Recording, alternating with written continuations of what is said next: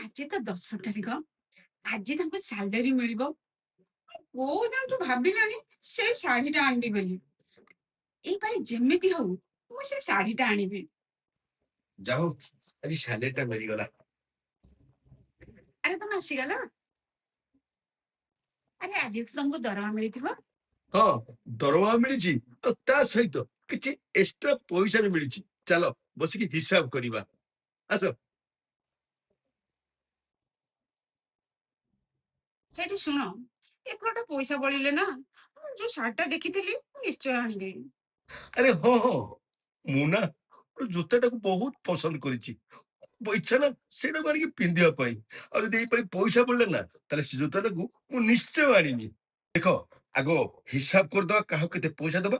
ଆଉ ପଇସା ବଳିଲେ ତମ ପାଇଁ ଶାଢୀ ଆସିବ ଆଉ ମୋ ପାଇଁ ଜୋତା ଆସିବ। ଠିକ ଅଛି? ସଉଦା ଖର୍ଚ୍ଚ ହେଲା 1500 ଟଙ୍କା। ନିଅ, ନିଅ 1500 ଟଙ୍କା ରଖ।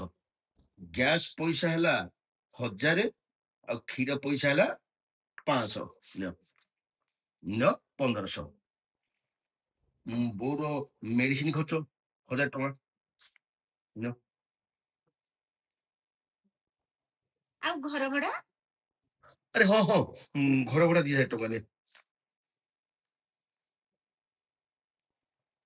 ଘର ଭଡା ସହିତ ଇଲେକ୍ଟ୍ରି ବିଲ୍।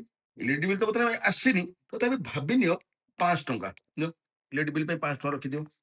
ଆଉ ମୋବାଇଲ ଖର୍ଚ୍ଚ? ଆରେ ହଁ ହଁ, ମୁଁ ସେଟା ଭୁଲି ଯାଇଥିଲି। ମୋବାଇଲ ଖର୍ଚ୍ଚଟା ତମ ରିଚାର୍ଜ ହବ, ମୋ ରିଚାର୍ଜ ହବ, ପୁଅ ରିଚାର୍ଜ ହବ। 3 ଜଣ ଲାଗିଲେ ବୋଲ 1000 ଟଙ୍କା। ନିଅ। ଆରେ ମେନ୍ ଜିନିଷ ତ ଆମେ ଭୁଲି ଗଲେ। ଆରେ ତମେ ଜାଣିଛ ନା, ଆର ମାସରେ ସେ ସାଙ୍ଗଠୁ ମୁଁ ଉଦ୍ଧାର ଆଣିଥିଲି। ତା ପଇସା ଯେମିତି ତାକୁ ଦବାକୁ ପଡିବ ନା ପଡିବନି? ନିଅ, ତା ପଇସାଟା ବି ରଖ। ଆରେ ମୁଁ ସେଇ କଥା ଏଇନା ତମକୁ ମନେ ପକେଇ ଦେଇଛନ୍ତି। ଆରେ ସବୁ ପରେ ଆଉ ଏ 500 ଟଙ୍କା ବଳିଲା। ଆରେ 5 ଟଙ୍କା ବଳିଲା ବୋଲି କଣ କହୁଛ? ମହାପ୍ରଭୁଙ୍କର ସବୁ ପୂଜା ସାମଗ୍ରୀ ଆସିବନି? ଆରେ ହଁ ହଁ ଗୀତା, ଆରେ ତମେ ଠିକ କଥା ମନେ ପକେଇ ଦେଇଛ। ଆରେ ମୁଁ ମହାପ୍ରଭୁଙ୍କ ପାଇଁ ପୂଜା ସାମଗ୍ରୀ ଆଣିବା ପାଇଁ ଭୁଲି ଯାଇଥିଲି। ପୂଜା ସାମଗ୍ରୀ 500 ଟଙ୍କା। ଗୀତା, ମତେ ପ୍ଲିଜ କ୍ଷମା କରିଦିଅ। ଏଇପାଳି ବି ପଇସା ବଞ୍ଚିଲାନି। ଆରେ କ୍ଷମା କଣ ମାଗୁଛ?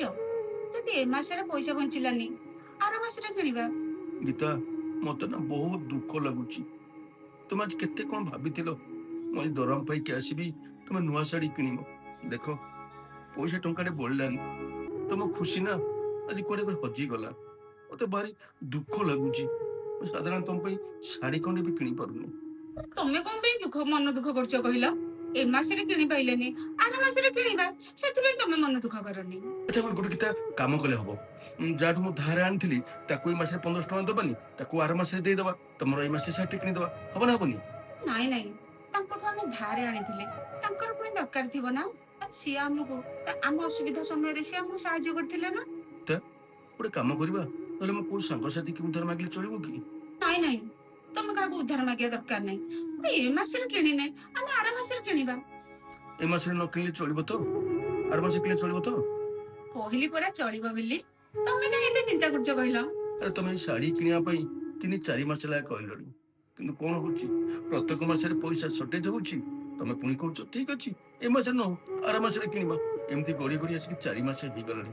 ମୁଁ ତମ ପାଇଁ ସାଧାରଣ ଶାଢୀଟେ ବି କିଣିକି ଦେଇପାରୁନି। ମୋର ତ ଢେର ଶାଢୀ ଅଛି। ଶାଢୀ ନ କିଣିଲେ କୋଉଠି ହେଇଯିବ କହିଲ? ଆଗକୁ ତ ରଜ ଅଛି, ଆମେ ଶାଢୀ କିଣିବାନି? ଗୀତା, ସତରେ ତମେ କେତେ ଭଲ। ତମେ ମୋ ବିଷୟରେ କେତେ ଚିନ୍ତା କରୁଛ।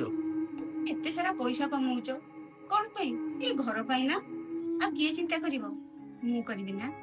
ସତରେ ତମେ ନା ବହୁତ ଭଲ। ଭଗବାନ ପାଖରେ ଏତିକି ପ୍ରାର୍ଥନା କରିବି, ତମ ଭଳିଆ ମୋ ସ୍ତ୍ରୀ ପାଇକି ବହୁତ ଖୁସି।